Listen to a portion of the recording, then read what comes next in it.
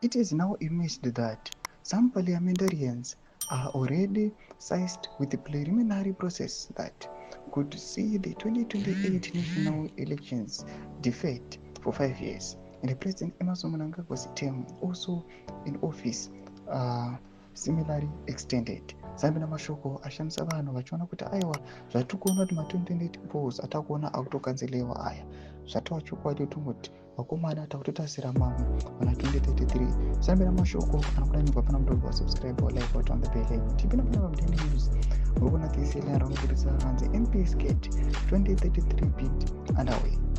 Tipina muna mudanirwa muchinzi. This comes after the Daily News, the country's most influential newspaper, established yesterday that legislators from the ruling party ZANU-PF and the main opposition Citizen Coalition for Change (CCC) have been working together to craft a draft motion in the context as the much debated push criticizes to gather momentum.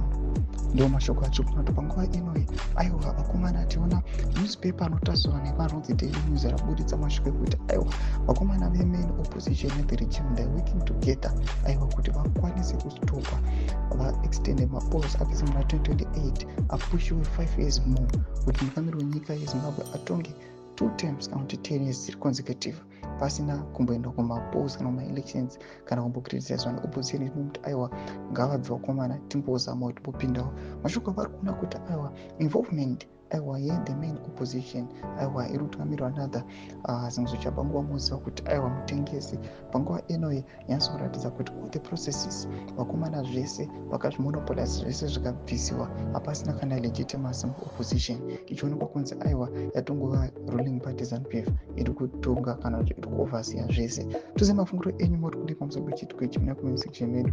Mafungiro enyu musana subscribe wa like chat on the bell icon.